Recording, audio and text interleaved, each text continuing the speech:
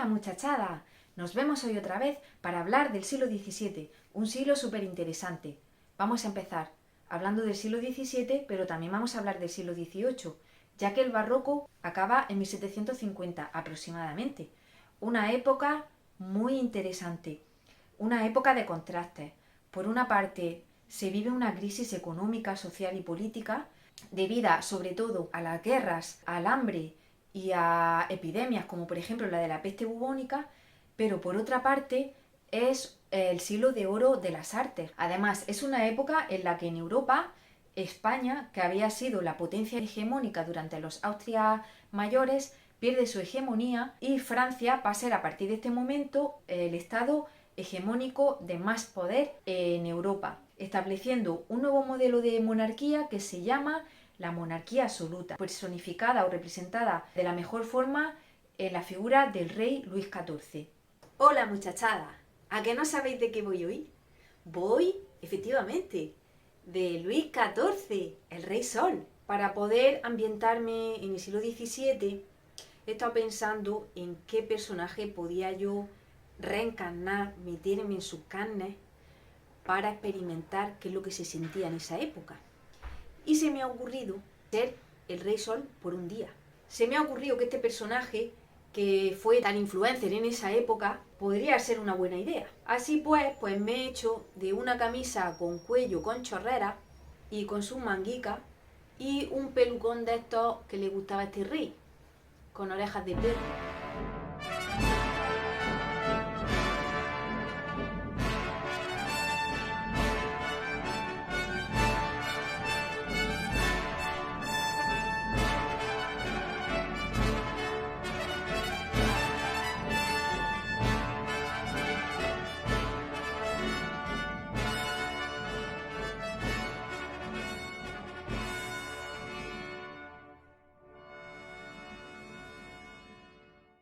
La Guerra de los 30 años fue una guerra civil europea que enfrentó a las potencias del momento. Comenzó en el Sacro Imperio Germánico por oposición entre católicos y protestantes, pero sus causas fueron más complejas. La división religiosa entre católicos y protestantes, surgida a raíz de la Reforma en el siglo XVI. Esta fue la causa que inició el conflicto, pero de fondo había más motivos para esta guerra en Europa. La disputa política dentro del Sacro Imperio entre el emperador, que quería centralizar el poder, y los príncipes alemanes, que defendían su autonomía. La pugna por la hegemonía en Europa entre las potencias emergentes también, los príncipes alemanes de las Provincias Unidas, Francia, Suecia, etc. Y la monarquía de los Habsburgo, que reinaba en España y Austria. El conflicto estalló en Bohemia en 1618, cuando la nobleza nombró rey a un príncipe protestante para desafiar al emperador católico, Fernando II, que era también rey de Bohemia, región que hoy se encuentra en la República Checa. El hecho que marcó el comienzo de la guerra es conocido como la Defenestración de Praga, que tuvo lugar el 23 de marzo de 1618, cuando un grupo de aristócratas capturaron y arrojaron por la ventana a 3 comisarios imperiales que se habían opuesto a la edificación de un templo protestante. Por suerte, los defenestrados cayeron encima de un montón de estiércol, así como se oye, y salieron ilesos. Por miedo a la reacción del emperador, los bohemios solicitaron ingresar en la Unión Protestante. A continuación nombraron rey a su líder, Federico V, pero este fue depuesto por el emperador, que prohibió el culto protestante. Para acabar con la rebelión, el emperador pidió ayuda al rey de España. Fernando II era nieto de Fernando I, hermano de Carlos I de España, que fue emperador del Sacro Imperio antes que Fernando I, al que dio en herencia el título imperial. Vamos, que Felipe III y Fernando II eran parientes. Sus abuelos eran hermanos, por tanto ellos eran primos. El conflicto en origen religioso adquirió un carácter internacional cuando las demás regiones protestantes y Dinamarca apoyaron a los rebeldes bohemios ante la retirada de los daneses y las victorias del bando católico. El reino de Suecia entró en conflicto y ambos bandos se equilibraron en la paz de Praga. Pero al entrar en la guerra Francia, que era un país católico pero que apoyó a los protestantes por tal de perjudicar así a España y así quitarle la hegemonía en Europa a los Habsburgo, cambió el signo de la guerra. La Guerra de los 30 años terminó con la Paz de Westfalia, que inició un nuevo concepto de equilibrio político en Europa. España tuvo que reconocer la independencia del norte de los Países Bajos, de las Provincias Unidas. Francia ganó territorio y Suecia se convirtió en una nueva potencia. Marcó el fin de la hegemonía de la dinastía de los Austria en Europa, que había comenzado con Carlos V. A partir de este momento fue Francia la mayor potencia europea, donde reinaban los Borbones. También se puso fin a la imposición del catolicismo sobre otras religiones en Europa. Se inició el predominio de los estados nacionales, mayoritariamente regidos por monarcas absolutos. Se dio fin al largo periodo de guerras de religión y se aceptó la igualdad y libertad religiosas, la monarquía absoluta.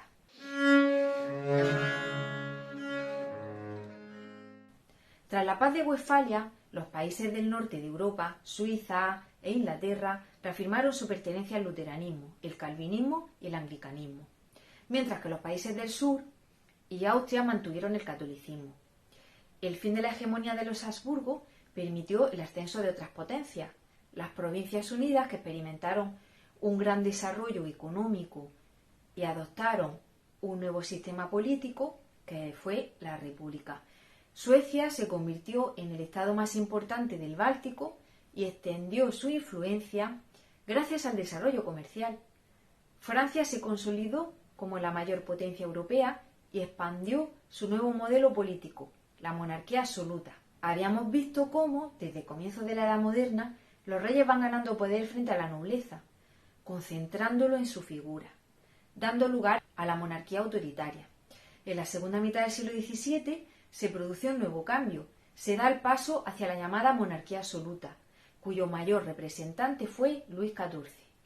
El absolutismo se caracteriza por la concentración de todos los poderes en manos del rey, que ejercía un poder sin límites. El rey gobernaba el país, aprobaba las leyes y administraba justicia. Los habitantes del reino eran sus súbditos y estaban sometidos a la arbitrariedad del rey y no gozaban de ningún derecho. Para ejercer sus funciones, multiplicó el número de funcionarios y de altos cargos del Estado, que respondían solo ante el rey. El arte se convirtió en el mejor instrumento para ensalzar la figura del rey absolutista. El absolutismo fue el sistema adoptado en la mayor parte de los estados europeos, con excepciones como Inglaterra y las Provincias Unidas, que serían los primeros en adoptar sistemas parlamentarios. Un aspecto fundamental del absolutismo fue la religión católica. El rey tenía poder de origen divino, los reyes eran reyes por deseo de Dios. Su poder era así legitimado, nunca cuestionado. En el siglo XVII hubo pensadores que apoyaron el absolutismo, como por ejemplo Bossuet, un clérigo francés que defendía el origen divino del poder monárquico y consideraba el absolutismo la mejor forma de gobierno posible. Defendió la monarquía paternalista de Luis XIV, que se puede sintetizar en la famosa frase del monarca: "El Estado soy yo". Tiranía, arrogancia, vanidad. Yo he sido elegido por Dios. En Inglaterra, Hobbes, en el Leviatán, expresa su convicción de la necesidad de un gobierno central fuerte con un monarca absoluto al frente. Para él, en el mundo impera una guerra egoísta de todos contra todos. El hombre es un lobo para el hombre, decía. Los hombres, para subsistir y evitar este estado de guerra, renuncian de común acuerdo al derecho a gobernarse por sí mismos en favor del soberano. Así se han visto obligados, mediante un contrato, a transferir sus derechos naturales al Estado, cuya soberanía sobre los súbditos es absoluta, indivisible e irrevocable. Este Estado viene representado en su forma más perfecta por el rey. El soberano está obligado a dar protección, de lo contrario, está justificada la resistencia. El reinado de Luis XIV representó el apogeo de Francia. Vivía en un gran palacio, el Palacio de Versalles, que simbolizaba el poder real. El resto de las cortes europeas siguieron el modelo francés. Con la frase "el Estado soy yo", Luis XIV quiso expresar que todo su reino giraba en torno a él, como si él fuera el sol. Así se le conoció como el Rey Sol.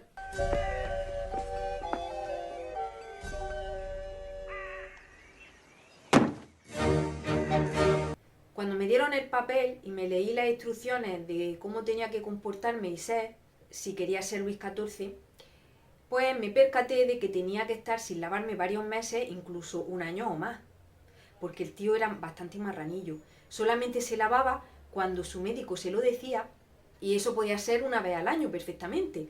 Así que eso ya no me ha cuadrado a mí tanto, pero bueno, haremos lo que podamos. Lo intentaré porque yo quiero sentir, interiorizar el personaje. Otra cuestión que me cuesta mi trabajo de interiorizar es lo de recibir a mi corte en el trono váter, porque este señor tenía un trono que era un váter a su vez y él se sentaba ahí a hacer sus necesidades mientras recibía a miembros de la corte. Eso lo voy a intentar, no prometo nada, pero también lo voy a intentar. Me resulta un poco violento, extraño, pero esto es ponerse. El parlamentarismo.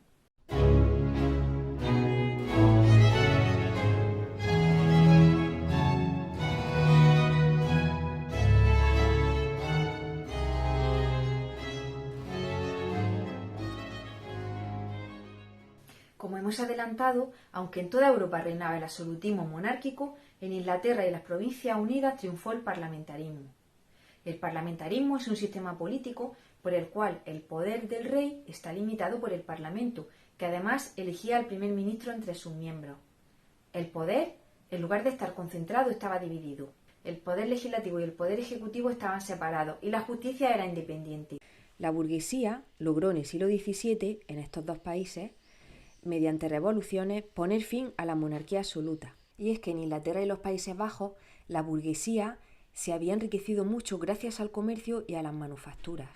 Una vez ganado ese poder económico, la burguesía, tanto en Inglaterra como en los Países Bajos, lo que quería era el poder político. Por eso fue el grupo social que impulsó esas revoluciones para lograr el parlamentarismo.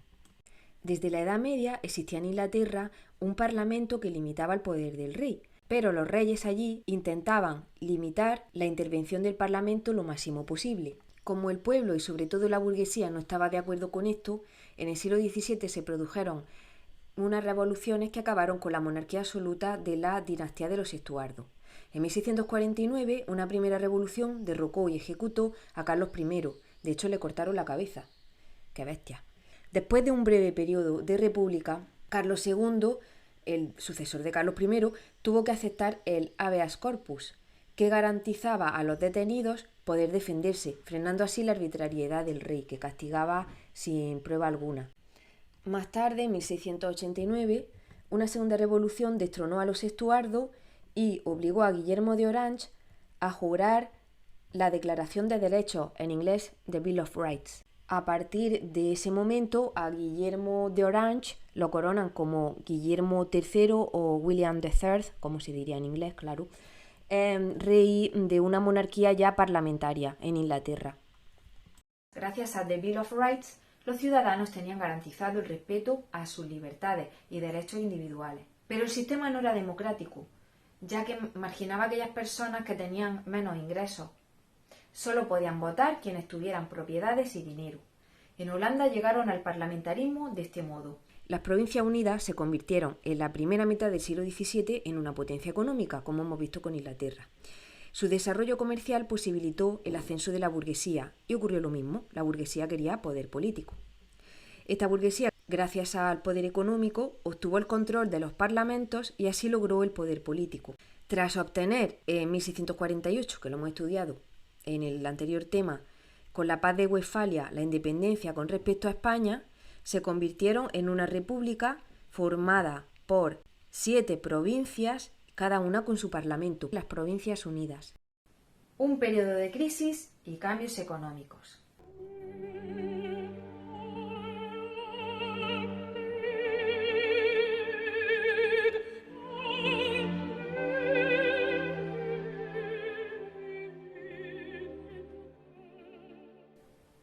El siglo XVII fue un periodo de crisis económica. Este afectó sobre todo a España, Italia y Portugal. Sin embargo, los estados que en el siglo XVII implantaron el parlamentarismo, Inglaterra y Holanda, promovieron cambios económicos basados en la renovación de la agricultura y el comercio. En los primeros años del siglo XVII se produjo un descenso de las temperaturas, lo que afectó a la agricultura. A ello se unía el uso de instrumentos y técnicas agrarias anticuadas. Como consecuencia, se produjo escasez de producción y el consecuente encarecimiento de precios. A esto se unieron los frecuentes conflictos bélicos que provocaron muchas muertes y restaron mano de obra en el campo. Como consecuencia, la gente sufrió hambrunas. En 1649 se produjo una epidemia de peste bubónica procedente de África que disparó la mortalidad. Así pues, el hambre, la peste y la guerra volvieron a cebarse con la población europea. La población disminuyó por la mortalidad, pero también por la emigración. Muchas personas se fueron a América a vivir. A mediados del siglo XVII se comenzó a recuperar la economía y la demografía en Europa. Las causas de esta mejoría fueron la introducción de innovaciones técnicas, nuevos cultivos y abonos que hicieron mejorar la agricultura y así mejorar la alimentación de la población. Aparecen las primeras manufacturas y la industria a domicilio, por la que los campesinos producían bienes en sus casas para complementar el trabajo agrícola. La expansión de las colonias hizo posible el desarrollo del comercio ultramar. Las antiguas potencias económicas europeas, España y Portugal, pasaron el testigo a otras nuevas, Inglaterra y Holanda. La burguesía desempeñó un papel fundamental en el desarrollo del comercio y de las nuevas industrias. Surgió el capitalismo comercial y la burguesía ascendió socialmente. El sistema económico que se impuso durante el siglo XVII fue el mercantilismo. Esta teoría económica afirma que la riqueza de un país se sustenta en la cantidad de metal precioso, oro y plata disponible, y defiende que el Estado tiene que intervenir para proteger y fortalecer su economía. Piensa que la riqueza no está en la tierra, sino en la cantidad de oro y plata de un país. También se intenta fomentar las exportaciones limitando las importaciones. La revolución científica.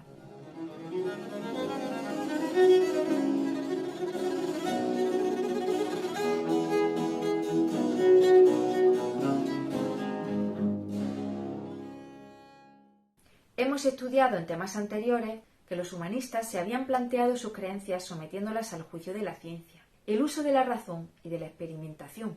También conocimos a Nicolás Copérnico, precursor de la ciencia moderna, ya que transformó el concepto que se tenía del universo, demostrando que los planetas y entre ellos la Tierra giraban en torno al Sol, y no al revés. Esta es la teoría heliocéntrica. Los científicos del siglo XVII llevaron a cabo una revolución científica basada en la experimentación y en la observación directa de los fenómenos naturales. Para ello tuvieron que enfrentarse a las tradiciones y prejuicios de la época, así como a la oposición de la Iglesia, que temía que los nuevos descubrimientos pusieran en duda la Sagrada Escritura. Los científicos crearon un nuevo método basado en el empirismo y en el racionalismo. El empirismo afirma que todo conocimiento debe partir de la experiencia, debe ser comprobado con unos experimentos. El racionalismo sostiene que la razón humana es el principal instrumento para llegar al conocimiento.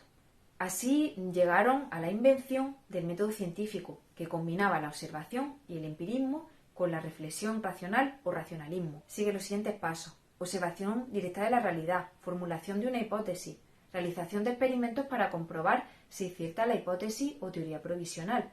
Una vez verificada la hipótesis, formulación de ley o leyes.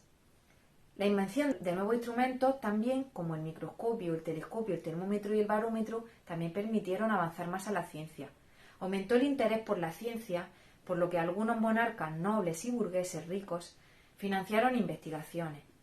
Las mujeres, sin embargo, no tuvieron acceso a la academia hasta el siglo XX, como la astrónoma Maria Winkelmann, que tuvo que conformarse con ser ayudante de su marido. Algunos de los grandes avances científicos fueron: en matemáticas, René Descartes desarrolló la geometría analítica y las coordenadas cartesianas, y Leibniz y Newton el cálculo infinitesimal. En física, Newton descubrió la ley de la gravedad y Pascal su ley sobre la presión transmitida por fluidos. En astronomía, Kepler completó la teoría planetaria detallando las leyes de las órbitas planetarias. Galileo Galilei, entre otros descubrimientos, vio los cráteres de la Luna y los satélites de Júpiter. Galileo Galilei además fue sometido a juicio por la Inquisición, obligado a retirar su defensa de la teoría heliocéntrica. Fue condenado a prisión perpetua. En medicina, Harvey descubrió la doble circulación de la sangre y el español Miguel Servet la circulación pulmonar. Bueno, chicos, ya estoy preparada aquí en mi trono váter para recibir a la corte. Hola, Monsieur Vatel. Es que los franceses hablan así con el morro payano. Monsieur Vatel, ¿está todo preparado para la función de esta noche? ¿Sí? Muy bien, merci. Merci beaucoup. Au revoir. Uy, Me está gustando esto, me parece que se me puede dar bien. El barroco.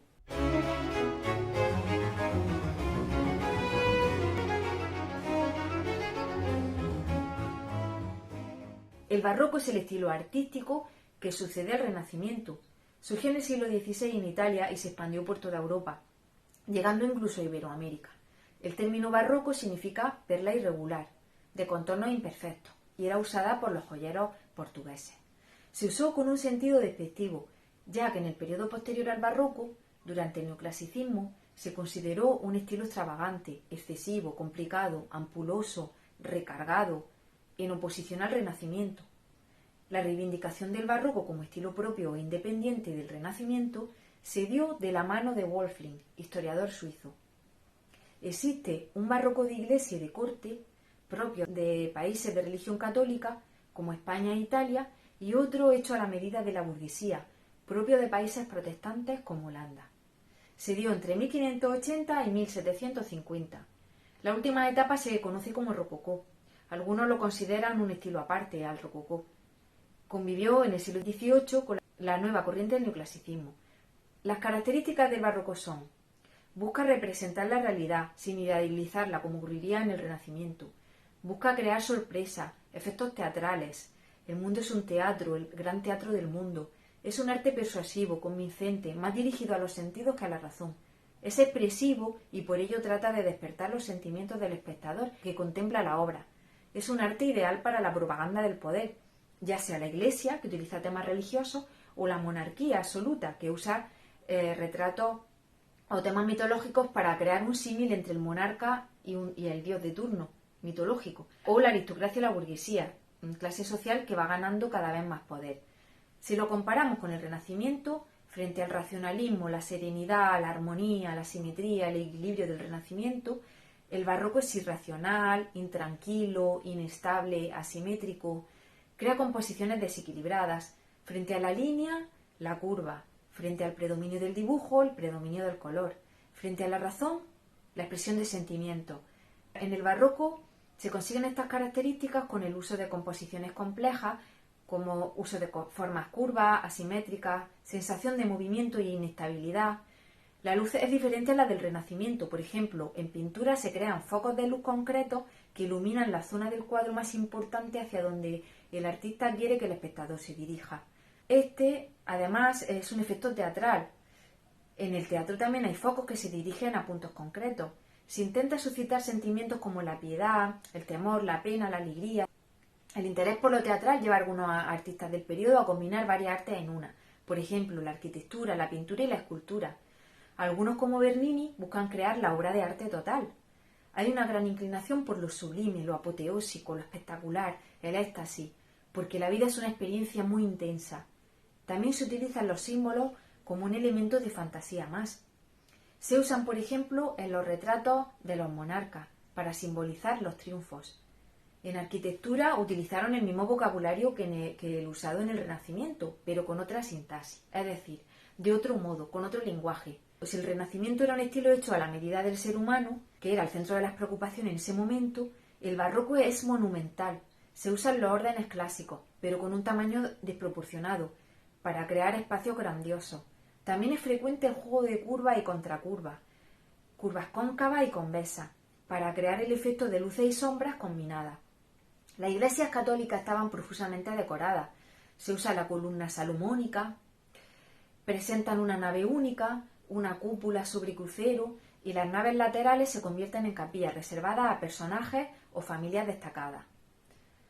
Elementos típicos de la arquitectura barroca son la columna salomónica, el estípite, las cariátides, atlantes, plantas ovaladas o elípticas, fachadas ondulantes, entablamentos curvilíneos, arcos, cúpulas y bóvedas muy variadas, algunas muy originales, decoración diversa.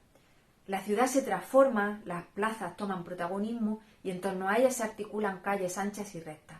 También cobran importancia los complejos palaciegos y los espacios ajardinados.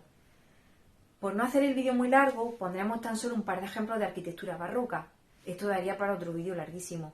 Se trata de los arquitectos italianos Bernini y Borromini.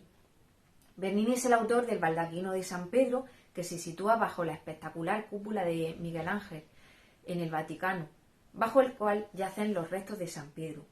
La plaza de San Pedro, con estos dos brazos que simbólicamente abrazan a la cristiandad. Borromini es autor de San Carlos de las Cuatro Fuentes, donde se aprecia ese gusto barroco por el juego de curva y contracurva. En la escultura y la pintura se busca emocionar a través de la representación realista de las escenas. En escultura predominan las líneas curvas y oblicuas. Son frecuentes las composiciones en espiral. Por ejemplo, Apolo y Dafne. Aquí los pliegues de los ropajes y el cabello representan el movimiento. Esto lo vemos en muchos ejemplos. Esto refuerza la sensación de movimiento provocado por el viento o por el propio movimiento del personaje. Los rostros son muy expresivos. Transmiten sus sentimientos de dolor, de pena, de alegría, lo que toque en cada caso. El mármol y el bronce son los materiales más usados, aunque en España se prefiere la madera policromada. Se esculpieron sobre todo temas religiosos y mitológicos. En Italia domina el genio de Bernini, que también era escultor y pintor. Esta gente que sabía hacer de todo. Claro, como no había ni tele, ni internet, ni juegos de ordenador, no paraban de crear y crear, todo el día inventando. Todo el día inventando. Bernini fue un artista muy exitoso. Trabajó para los papas. Son propias de su estilo las diagonales, las líneas serpentinatas, las composiciones abiertas. Ejemplos de su obra, el Sudaví, Apolo y Dafne, el Rapto de Proserpina, en la que se representa el momento en el que Plutón o Hades, para los griegos, rapta Proserpina o Perséfone para los griegos. Luego ya sabéis que la madre de ella, Deméter o Ceres, hace un trato con Hades para que pase 6 meses con ella y 6 con él, dando así origen a las estaciones del año, como ya sabéis, como buenos aficionados que soy a la mitología. Por último, y muy famosísima, es la escultura también de Bernini de la Estasis de Santa Teresa, una de esas obras que decía yo anteriormente que trataba de ser una obra de arte total, con la conjunción de elementos escultóricos, arquitectónicos y pictóricos. Es una escena totalmente teatral. En pintura encontramos una gran variedad temática. Cuadros mitológicos, religiosos, costumbristas, bodegones, paisajes, retratos, etc. Las principales características son el uso del color, las formas se crean con el color, no con el dibujo, los colores son vivos y cálidos, el realismo presenta a los personajes como son, no se idealizan, o sea, no se ponen filtros como hoy en día o Photoshop, no se hace nada de eso, no se idealiza. El movimiento también es importante, crean curvas, contracurvas, escorzos, movimientos para lograr una mayor expresividad. El contraste de luces y sombras, a lo que también llaman claroscuro. Todo esto confiere profundidad y dramatismo a las escenas. Se aprecian diferencias estilísticas según las zonas. Así encontramos diversas escuelas. En la escuela italiana destaca el genio de Caravaggio. Pertenecía a la corriente tenebrista, caracterizada por fuertes contrastes entre luces y sombras, como podemos ver aquí, y el uso de una forzada iluminación que procede de un foco que atraviesa la escena. La vocación de San Mateo y la muerte de la Virgen son dos de los cuadros más famosos y más bonitos, por así decirlo. El segundo fue muy criticado porque usó como modelo a una prostituta que se había ahogado en el Tíber. Caravaggio es un personajazo con una biografía muy curiosa que os recomiendo conocer. Tuvo muchos seguidores, entre los que destaca la pintura romana Artemisa Gentileschi. Frente a él están los hermanos Carracci, de la corriente clasicista, destacando este fresco de Aníbal Carracci, El triunfo de Baco y Ariadna. En la escuela holandesa encontramos que la clientela burguesa y protestante de Holanda tenían unos gustos diferentes. Preferían escenas de la vida cotidiana, retratos y paisajes, cuadros de menor tamaño. Destaca el pintor Rembrandt, que pintó la lección de anatomía. Otros pintores holandeses importantes fueron Frans Hals, con una pintura rápida, colorista, bocetada, y Vermeer de Delft, que manejó la luz del interior en escenas muy íntimas como La lechera o La joven de la perla, que seguro que te suena un poco. Son unos cuadros mini preciosos. Por último, vamos a ver someramente la escuela flamenca. A ella pertenecen otro de los grandes genios de la historia. Pertenece a ella Rubens, figura excepcional, de gran formación y mejor visión comercial. Llegó a tener un taller donde trabajaron miles de operarios y aprendices. Así consiguió hacer cuadros como churros. Y bien buenos que eran todos. Sus cuadros se caracterizan por la exagerada corpulencia de sus figuras. Hay que también tener en cuenta que en esta época los ideales estéticos eran otros y se preferían los cuerpos con kilos de más, sino de una vida feliz y sin escasez de alimentos, que las que tenían kilos de menos. Por ello predominan en sus cuadros las líneas curvas. Podemos poner como ejemplo las Tres Gracias. Pintó muchas obras de tema mitológico. El triunfo de la Eucaristía es su obra cumbre. Con ella, el papado quería hacer gala de su triunfo contra la herejía. Pues no se está tan mal reinando desde aquí. Si te ha gustado el vídeo, dale a like y suscríbete a mi canal. Y nunca olvides que el Estado soy yo. Bueno, y esto ha sido todo por hoy. Nos despedimos hasta el próximo vídeo. Hasta la próxima.